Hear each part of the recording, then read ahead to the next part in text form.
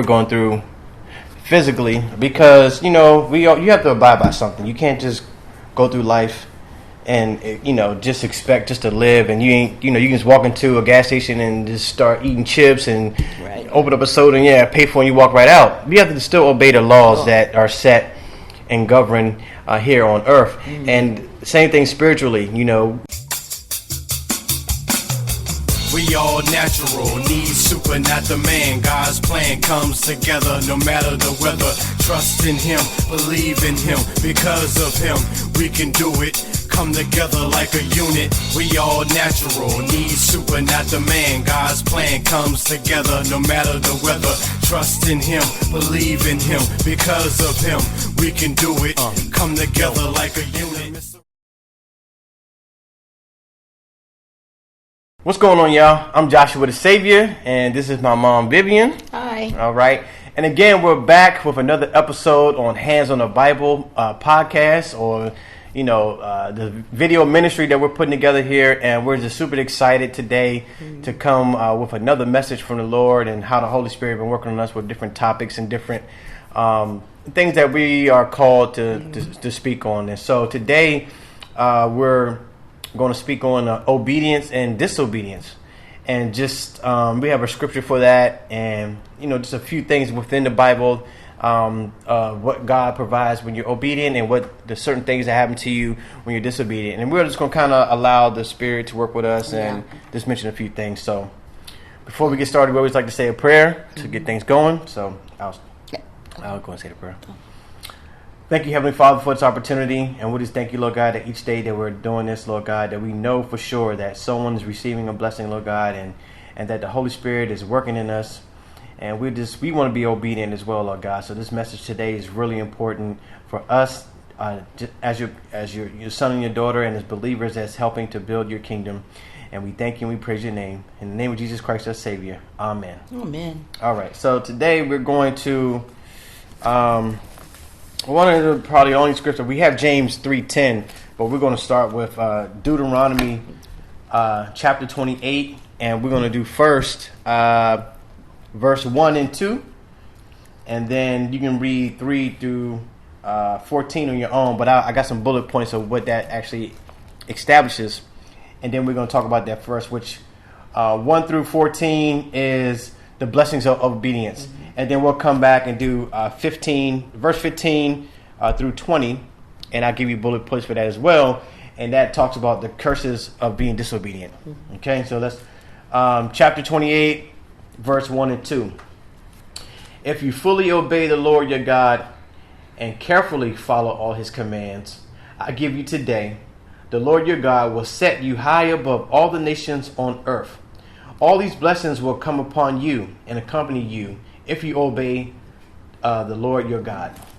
And from 3 to 14 bullet points or the scriptures really touch on blessings, which means here that if you're obeying all the commands of the Lord, then he'll bless you in your city, your town, bless you in your neighborhood or where you live, where you work, your crops and your food, being able to provide for your family and your children. And your enemies, whoever you think that is coming against you, in the physical form, will be defeated because you're doing what God is. Like the scriptures say for my favorite one, Isaiah 54:17, that no weapons were formed against you. Any weapon that formed against you shall prosper. But it's going to come against you. It's going to nick you. It's going to stab you. But it's not going to defeat you. And that's what that's saying in that scripture too. And then everything that your hands touch, the Lord will bless. And others will fear you because you are walking with the presence of the Lord. So that's for the blessings of being obedient. Yeah. So what do you think? Oh, sure. It's a blessing of being obedient. If you're not raised to being obedient, as far as if your parents is telling you something when you were young and you ignore what they say and they allow you to get away with it, it's going to be very hard for you to be obedient for the word of God because you haven't taught it. You don't have a foundation. But most folks think because if they don't teach you so when you're little, as you get older, it's going to come to you like magic. It doesn't happen that way. You have to have a foundation. And the word is setting up the foundation for us. But it's up to you to take reign of what the foundation is, spiritual-wise. The devil knows your weaknesses. He knows you're disobedient. He knows you're hard-headed. He knows you're stubborn. And he sticks around as long as you allow him to. Mm-hmm. But if you let go, and I say, I'm going to take a chance on what the word is saying. I'm going to start listening. I'm going to start following through. I'm going to respect people. I'm going to make sure they can trust me. I'm going to be reliable. If you started doing those things, you would see that you're in obedient. And so when the word comes to you, it'd be easier for you to accept. So I would say try to be obedient right now. And everything you have been disobedient in, which means you don't care what somebody says to you, even if it makes sense, because you can make your own decision. I get that. But we're coming to you with the word of God, and we want you to understand why his word is so important to stay obedient for. Because you want to live here and be happy, have things that other people have, but you don't want to have to struggle for it, fight for it, pull your hair out, stressing over it, because his blessing is not even about that.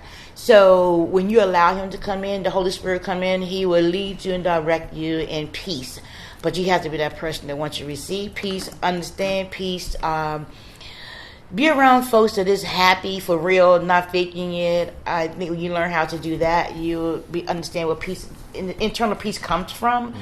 Because people can say be peaceful, but you really haven't experienced to be peace, right. Have peace. So you don't really know what it means. But when you get in the Word of God and allow the Holy Spirit to work with you, you will feel true peace. I don't want anybody to have to suffer, be stressed out, be bitter, mad, upset. It's not even worth it. The time is just not worth it. So just try to get around people that actually genuinely care and have a joyful spirit, they're happy. Feel the energy. It's very positive energy. You just got to be around it and let go of the negative energy. Okay. So something that you said, a question came to me here is, what does obedience mean to you? Like, what's your description of obedience? Well, if I know that, I'm going to use traffic as an example. If you know that you're speeding, and police could be out there anywhere, anytime, and you still going to take a chance on speeding, and he stops you, are you really going to say to yourself, Lord, please don't give me this ticket. Lord, please let this officer understand. But you knew when you were speeding that it could happen. Yeah. So you have to stay in obedience of the law. Mm-hmm. If you stay in obedience of the law, you have to worry about the ticket. But if you want to take a chance, then look for a ticket. Yeah. That's what I think obedience is. Yeah. You got to stay true to what the law is, what the facts are. If it's going to get you in trouble, if it's going to harm you some kind of way, please make a wise decision and don't do it. But like I said, if you're not taught it and you're used to having your way your entire life, I don't see it coming to you immediately. But it is something you should really work on right now. Yeah. I mean, the Bible applies to what we're going through physically, because you have to abide by something. You can't just go through life and just expect just to live, and you can just walk into a gas station and just start eating chips and open up a soda and pay for it and you walk right out. You have to still obey the laws that are set and govern here on earth. Mm-hmm. And same thing spiritually. We just want to encourage, and we're working on things of our own. Yes. Of being obedient, because flat out, it don't necessarily have to be the most devastating, what we think of as devastating sins. That you did something that was so, egregious that me stealing a candy bar doesn't add up, but it does. I mean, it's the same. Obviously we put more things on a higher level than others, but just the intent, your thought process, where your heart was at, the way you move and operated to make that happen. Is what you got to pay more attention to, because you stealing a candy bar could lead to stealing someone's car and then going to someone's house and then robbing a bank. I mean, it just progressively starts to get and then you're in this mindset and then this demonic spirit that now you're so deep and entrenched in I'm not gonna use the word sin, but just being controlled by a demon. Right. It's gonna be hard to reel it back. So the obedience part is just knowing the laws, which is the Bible. Right. Just, and I know people have their own issues with the Bible. Yeah. But trust me, if you're willing to give everything else a chance, give the Bible a chance, and you have to give the Bible a chance in a sense of the spiritual sense. Mm-hmm. Okay.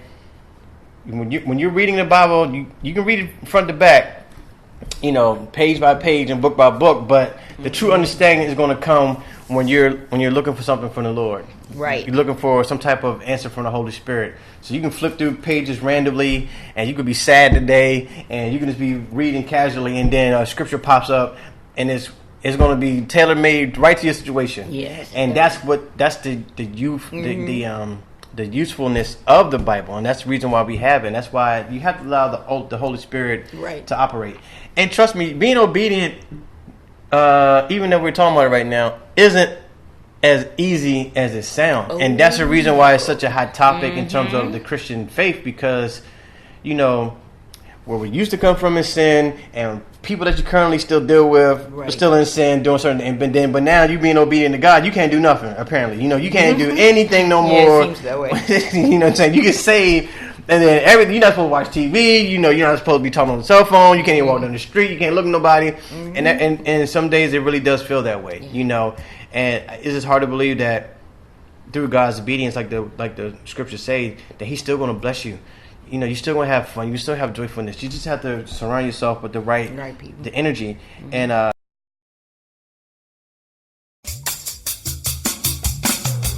we all natural, need super, not the man. God's plan comes together no matter the weather. Trust in Him, believe in Him. Because of Him, we can do it. Come together like a unit.